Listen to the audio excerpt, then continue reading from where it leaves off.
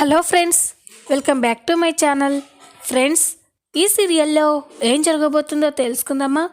ఇక ఎపిసోడ్లోకి వెళ్ళినట్లయితే సింహాద్రి పద్మమ్మ చాలా బాధగా సూర్య జ్యోతుల దగ్గరికి వస్తారు. ఇక ఇందుమతి మాత్రం వాళ్ళని చూసి కోపంగా చూస్తూ ఉంటుంది. అప్పుడే సూర్య జ్యోతిలు, ఏంటి సింహాద్రి, ఏమైంది, ఎందుకు అంత కంగారుగా ఉన్నారు అని అడుగుతాడు. అప్పుడు సింహాద్రి, సూర్యబాబు, మీరే మా బిడ్డని కాపాడాలి. మీరంటే మా బిడ్డకి చాలా ఇష్టం.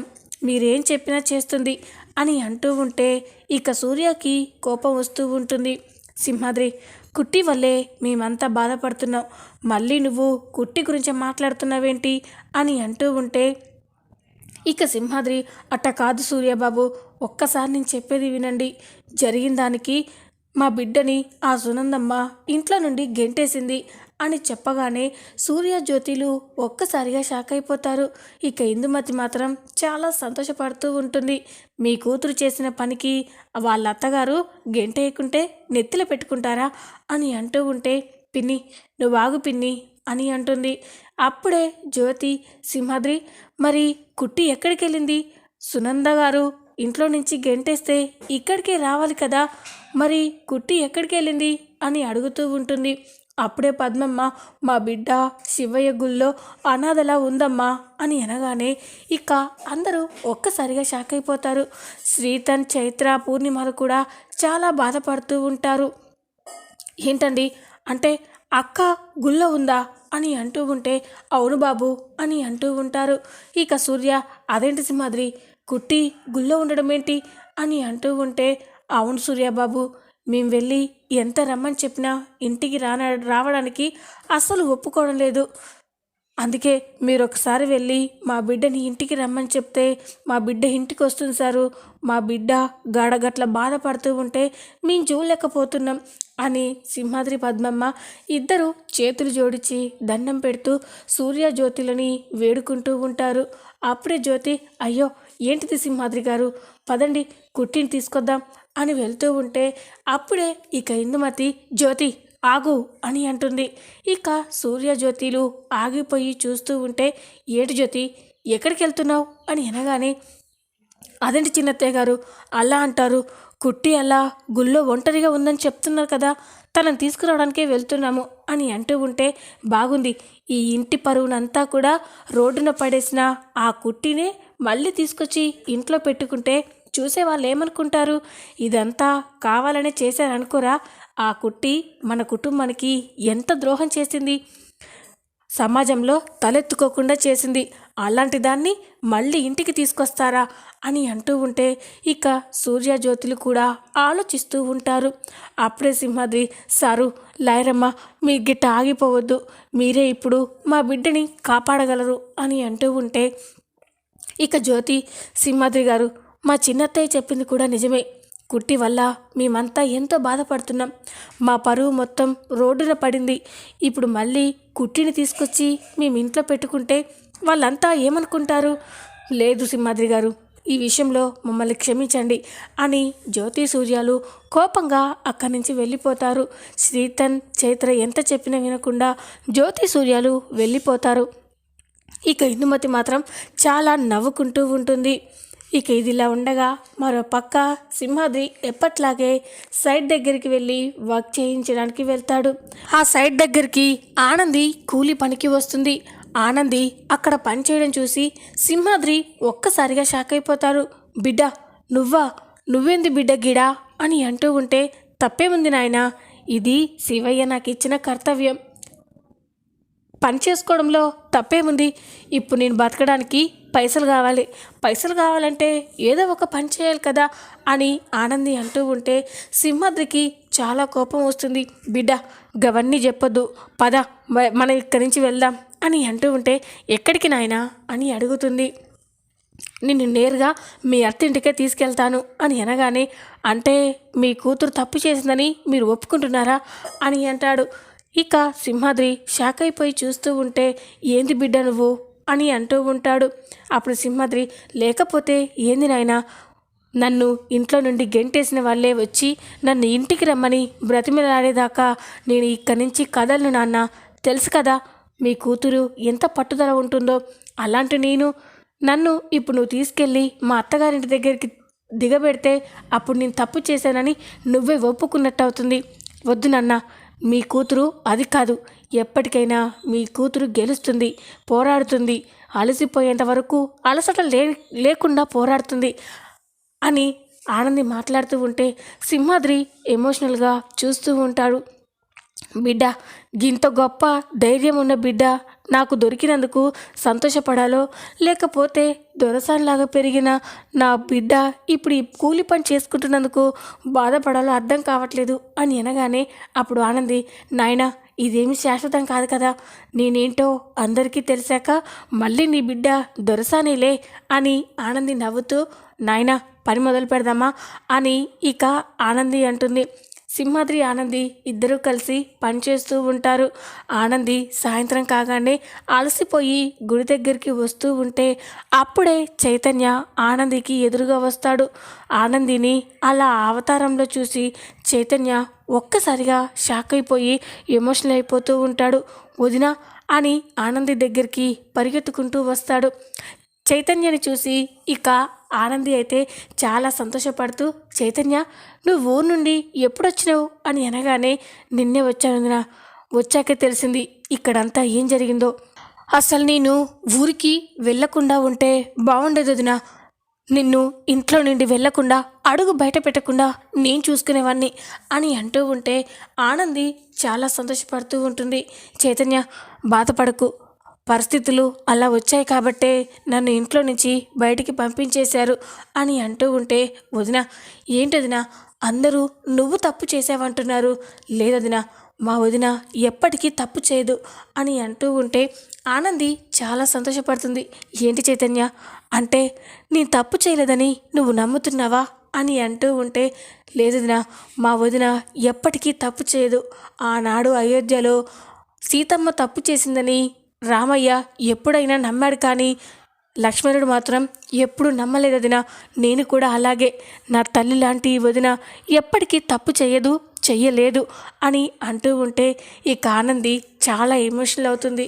ఇక సంతోషపడుతూ, చాలు చైతన్య చాలు, ఆ ఇంట్లో నుండి నన్ను ఎవరైనా అర్థం చేసుకోవట్లేదని అనుకున్నాను, కానీ నువ్వు నన్ను అర్థం చేసుకున్నావు అని ఆనంది చాలా సంతోషపడుతూ ఉంటే, వదిన పదొదిన మన ఇంటికి వెళ్దాం అని చైతన్య అంటాడు.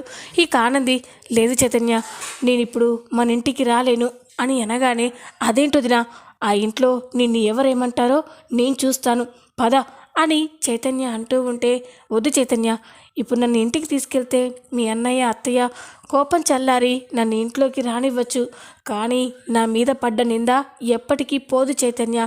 ఇప్పుడు నన్ను నువ్వు ఇంటికి తీసుకెళ్తే మీ వదిన తప్పు చేసిందని నువ్వే ఒప్పుకున్నట్టు అని ఆనంది అనగానే చైతన్య షాక్ అయిపోతాడు.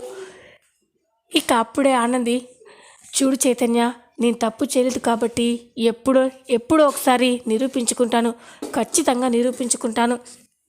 అప్పటి వరకు వెయిట్ చేయి చైతన్య, మీ అన్నయ్యని జాగ్రత్తగా చూసుకో, నేను లేకుండా మీ అన్నయ్య ఉండలేడు అని అంటూ ఉంటే ఇక చైతన్య చాలా బాధపడుతూ ఉంటాడు.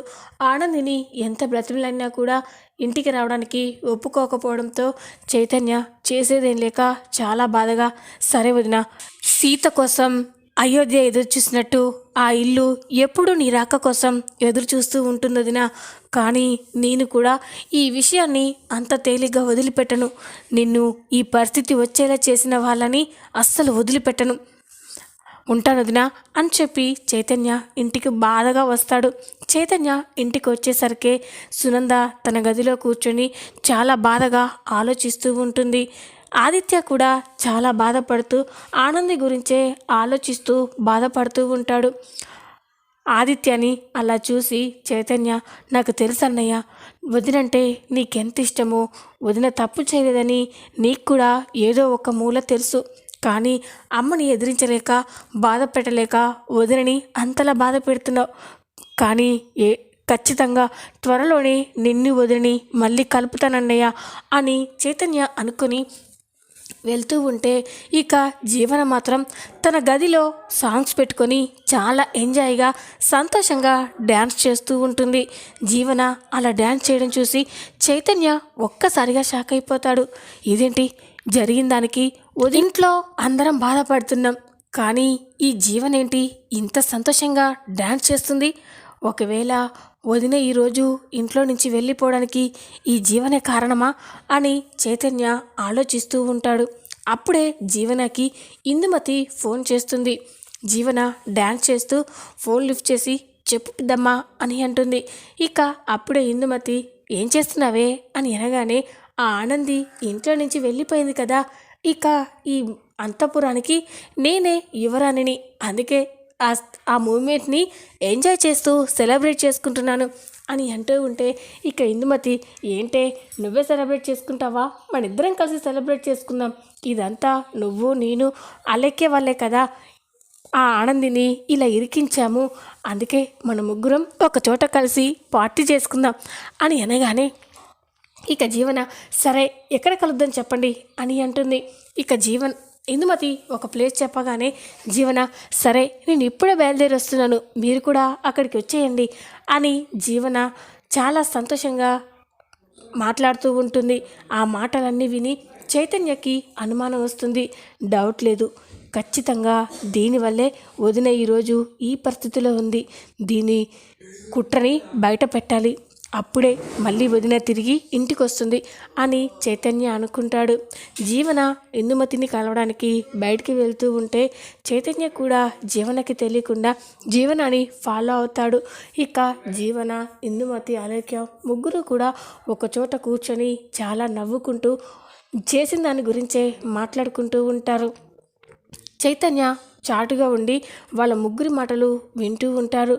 అప్పుడే ఇందుమతి జీవనతో జీవన మొత్తానికి మనం ఆ ఆనంది మీద గెలిచేసాం, దాన్ని ఇంట్లో నుంచి బయటికి తరిమేసేలా చేశాం, జీవితంలో ఆ సునంద ఆ ఆనందిని ఇంటికి తీసుకురాదు, ఇక్కడ సూర్య జ్యోతిలు కూడా వాళ్ళ ఇంటి పరువు పోగొట్టినందుకు ఆ కుట్టిని ఇంటికి అస్సలు తీసుకురారు, ఇక ఆ కుట్టి ఆ గుళ్ళోనే ప్రసాదాలు తింటూ అడుక్కుంటూ చావాల్సిందే అని అంటూ ఉంటే ఇక అలేఖ్య అవును ఎంత కష్టపడ్డాం ఆ ఆనందిని ఇలా బయటికి పంపించడానికి, ఎన్నాళ్ళకి కుదిరింది, మొత్తానికి మన ప్లాన్లో సక్సెస్ అయ్యాం అని అంటూ ఉంటే అప్పుడే జీవన దీనంతటికీ కారణం నేనే కదా, నాదే ఈ ప్లాన్ అంతా, సీతన్కి చైత్రకి పెళ్లి ఏర్పాట్లు చేయడం, అక్కడికి ఆనంది వచ్చేలా చేయడం, ప్రెస్ వాళ్ళు అక్కడికి రావడం, ఆనందియే ప్రెస్ వాళ్ళకు చెప్పిందని ప్రెస్ వాళ్ళతో చెప్పడం, ఇదంతా నా ప్లానే కదా అని జీవన అంటూ ఉంటే ఇక చైతన్య ఆ మాటలన్నీ కూడా వీడియో తీస్తూ ఉంటాడు. ఇక చైతన్యకి విషయం మొత్తం అర్థమైపోతుంది. ఓహో ఈ ముగ్గురేనా పాపం మా వదినకి ఆ పరిస్థితి వచ్చేలా చేశారు, వీళ్ళ కుట్రని ఈరోజే అందరి ముందు బయటపెట్టి వీళ్ళేంటో అందరికీ తెలిసేలా చేస్తాను అని చైతన్య అనుకొని కోపంగా ఇంటికి వెళ్తాడు. ఇక సునంద ఆదిత్యాలు ఇంట్లో చాలా బాధపడుతూ ఉంటారు. ఇక చైతన్య ఇంట్లోకి వెళ్ళి అన్నయ్య మమ్మీ డాడీ అందరూ రండి అని పిలవగానే ఇక ఆదిత్య సునంద శశికాంత్ అందరూ కూడా హాల్లోకి వస్తారు. ఇక ఆదిత్య ఏంట్రా ఏమైంది అని అనగానే ఇక సునంద ఏమైందిరా ఎందుకు అంతలా అరుస్తున్నావు అని అంటాడు. అమ్మ మీరంతా ఎంత పెద్ద తప్పు చేశారో ఈరోజు మీకు తెలిసొస్తుంది అని అంటూ ఉంటే ఏం మాట్లాడుతున్నావురా అని ఆదిత్య అంటాడు. అదే అన్నయ్య వదిన్ని ఇంట్లో నుంచి బయటికి గెంటేశారు కదా, అది ఎంత పెద్ద పాపమో ఈరోజు మీకు తెలుస్తుంది, జీవితంలో క్షమించడానికి తప్పు చేశారని మీరే కుమిలిపోతారు అని అంటూ ఉంటే ఇక సునంద శశికాంత్ ఆదిత్యలు చూస్తూ ఉంటారు. విషయం ఏంటో చెప్పకుండా మీ వదిన జపం చేస్తున్నావేంట్రా అని అనగానే అమ్మా అసలు దీనంతటికి కారణం ఎవరో తెలుసా, ఆ జీవన ఆ ఇందుమతి అలెక్యాలే, వీళ్ళు ముగ్గురు కలిసి వదిన మీద కుట్ర చేసి ఈరోజు వదినని మీరే బయటికి ఎంటేసేలా చేశారు అని అనగానే ఇక ఆదిత్య సునంద శశికాంత్లు షాక్ అయిపోతారు. రేయ్ నీకేమైనా పిచ్చి పట్టిందా, వాళ్ళేం చేశారా అని అనగానే చెప్పడం కాదమ్మా చూడు వాళ్ళ మాటల్లోనే విను, వాళ్ళు ఎన్ని ఎత్తులేశారో అని తన ఫోన్లో ఉన్న వీడియోని సునందకి, శశికాంత్కి, ఆదిత్యకి చూపిస్తారు. ఇక ఆ ఫోన్లో ఉన్న వీడియో చూసి అందరూ ఒక్కసారిగా షాక్ అయిపోతారు. ఇప్పటికైనా అర్థమైందా అమ్మ, వదిన ఏ తప్పు చేయలేదని. ఎప్పటికీ వదిన మన ఇంటి పరువు పోయే పని చెయ్యదమ్మా. మీరే వదినని అపార్థం చేసుకొని ఇంట్లో నుంచి బయటికి గెంటేశారు అని చైతన్య అంటూ ఉంటే ఇక ఆదిత్య, సునంద, శశికాంత్లు చాలా బాధపడుతూ ఉంటారు. ఇక సునంద, ఏంట్రా ఇదంతా, జీవన మరీ ఇంత దిగజారిపోయిందేంటి? పాపం జీవన చేసిన తప్పుకి ఆనందిని ఇంట్లో నుంచి బయటికి గెంటేశాం అని అంటూ ఉంటే ఆదిత్య కూడా చాలా ఎమోషనల్ అవుతూ ఉంటాడు. నేను కూడా ఆనందిని అపార్థం చేసుకున్నాను అని ఆదిత్య ఎమోషనల్ అవుతూ ఉంటే, అన్నయ్య అంతా తర్వాత చూసుకోవచ్చు, ముందు వెళ్ళి వదిన్ని తీసుకురా అన్నయ్య అని అనగానే, ఇప్పుడే వెళ్తానురా, ఇప్పుడే వెళ్ళి నా ఆనందిని ఇంటికి తీసుకొస్తాను, నేను చేసిన తప్పును దిద్దుకుంటాను అని ఆదిత్య వెళ్తూ ఉంటే ఇక సునంద కూడా, రే ఆది, నేను కూడా వస్తానురా, నేను కూడా నా కోడల విషయంలో తొందరపడ్డాను, తనని చాలా బాధ పెట్టాను, పదరా నా కోడలు కాళ్ళు పట్టుకొనైనా ఇంటికి తీసుకొద్దాం అని సునంద, ఆదిత్య ఇద్దరు కూడా ఆనంది కోసం గుడి దగ్గరికి వస్తూ ఉంటారు. చూద్దాం రాబోయే ఎపిసోడ్లో ఏం జరగబోతుందో. ఈ వీడియో మీకు నచ్చినట్లయితే లైక్ చేయండి, సబ్స్క్రైబ్ చేసుకోండి. Thanks for watching.